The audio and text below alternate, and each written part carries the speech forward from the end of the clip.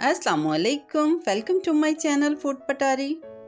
मेरी आज की रेसिपी है बहुत ही चटखारेदार और मसालेदार, किसी भी सालन से ज़्यादा मज़ेदार। इस रेसिपी को एक बार बनाएं और फिर महीनों खाएं। इसका चटखारेदार सा जायका फर्स्ट वीक से लास्ट वीक तक बाकी रहेगा। ये रेसिपी जितनी जल्दी बनती है उतनी ही जल्दी खाई जाती है।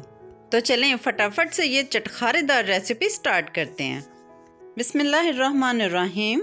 रेसिपी को शुरू कर रही हूँ मैं बहुत ही फ्रेश सी गाजरों के साथ। 3 बड़े साइज की गाजरों को मैंने इस तरह छोटा छोटा काट लिया है और इन गाजरों को 2 घंटे के लिए धूप में रख दिया है। और लिए हैं मैंने 1.5 कप चने, उन्हें भी बॉईल करके इस तरह 2 घंटे के लिए धूप में रख दिया है। और तकरीबन 15 सब्ज मिर्चों को भी मैंने छोटा छोटा काट के धूप में खुश्क होने के लिए रख दिया। जितनी देर हमारी सब्जियां सन बात ले रही हैं उतनी देर हम इसके लिए मसाले तैयार कर लेते हैं। मसालों को मैयर करने के लिए मैंने ये चावल खाने वाला 1 चम्मच ले लिया और इसके हिसाब से सारे मसाले इसमें शामिल करूंगी। बहुत ही मुनफरिद और तेज़ खुशबू वाला मसाला सौंफ, यहाँ मैंने 3 टेबलस्पून सौंफ ली है और 3 टेबलस्पून ही मैं ले रही हूँ यहाँ खुश्क धनिया। और इसके साथ में शामिल कर रही हूँ 1.5 टेबलस्पून ज़ीरा। मसाले आपने इसी तनासुब से इसमें शामिल करने हैं। और अब मैं इसमें डाल रही हूँ 1 टेबलस्पून मेथी दाना और 1 टेबलस्पून ले रही हूँ राई। राई अगर आपके पास नहीं है तो इसे आप स्किप भी कर सकते हैं। अब इन सारे मसालों को हम अच्छी तरह मिक्स कर लेंगे। इन मसालों को मिक्स करने के बाद हमने इन्हें मोटा मोटा ग्राइंड कर लेना है। लेकिन ग्राइंड करने से पहले मैं इन साबुत मसालों में से 2 टेबलस्पून मसाला निकाल लूँगी। इस मसाले को हम अलग से इस्तेमाल करेंगे। अब ये जो बाकी मसाले बचे हैं इन्हें हम मोटा मोटा ग्राइंड कर लेंगे। इन मसालों का हमने पाउडर नहीं बनाना बल्कि हमने इसे दरदरा से रखना है। ये देखिए मैंने इसे इस तरह का ग्राइंड किया है। मसाले के इस पॉइंट पे अगर आप इसमें 1 टेबलस्पून कलौंजी ऐड कर लेंगे तो ये आपका बेहतरीन सा अचार गोश्त मसाला तैयार है। इस मसाले को अब रखते हैं साइड पे। यहाँ हमने जो चने धूप में खुश्क होने के लिए रखे थे वो बहुत अच्छे से ड्राई हो गए हैं। अब ये हमारी रेसिपी के लिए बिल्कुल तैयार हैं। अब गाजरों को देख लेते हैं। गाजरों को भी देखें, इनके ऊपर से सारी नमी खुश्क हो गई है। गाजरें भी हमें इसी तरह की खुश्क ही चाहिए।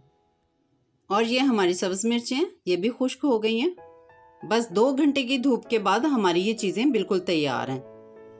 अब आ जाते हैं हम चूल्हे की तरफ। 1 कप कुकिंग ऑयल को मैंने हल्का सा गर्म किया है और उसमें 2 टेबलस्पून चॉप किया हुआ लहसुन डाल के उसे हल्का सा फ्राई कर लूँगी। आंच को हल्का ही रखना है आपने और 1 से 2 सेकंड बस इस लहसुन को इसमें कड़कड़ाना है। इस लहसुन पे हमने कोई कलर नहीं लाना, बस इसे हल्का सा नरम करना है। जैसे ही लहसुन हल्का सा नरम होगा तो जो मसाले हमने ग्राइंड किए थे वो सारे इसमें हमने शामिल कर देने हैं और इन मसालों को इसमें हल्का सा भून लेना है ताकि मसाले अच्छे से फ्राई हो जाएं और इनकी खुशबू भी आना शुरू हो जाए। फिर से ताकीद कर रही हूँ कि आपने इस दौरान फ्लेम को स्लो ही रखना है। अब इसमें कुछ और मसाले शामिल करूँगी, जैसे 1/2 टेबलस्पून मैंने इसमें अब अजवाइन डाल दी है और 1/2 टेबलस्पून ही मैं इसमें डाल रही हूँ कुटी हुई लाल मिर्च और 1/2 टेबलस्पून ही मैं इसमें डाल रही हूँ पिसी हुई लाल मिर्च और 1/2 टेबलस्पून ही मैं इसमें डाल दूँगी हल्दी का।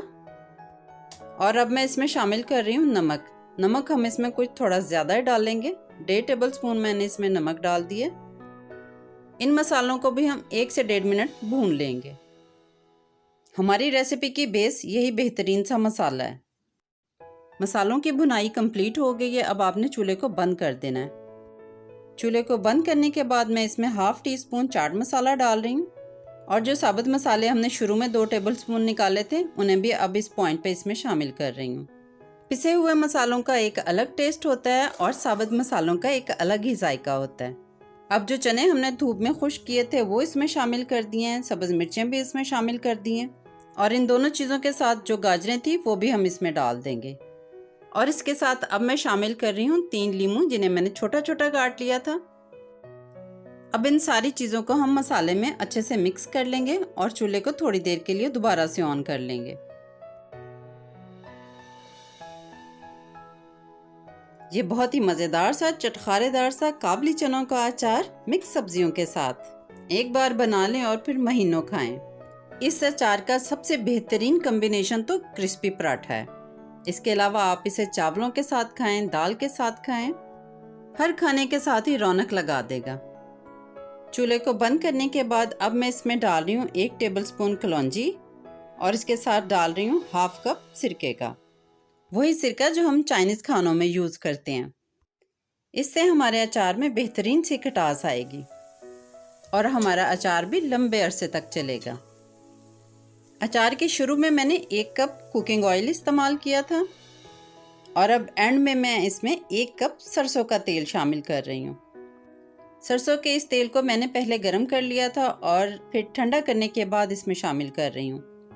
अब हमारे टिपिकल अचार का टेस्ट कंप्लीट हो गया।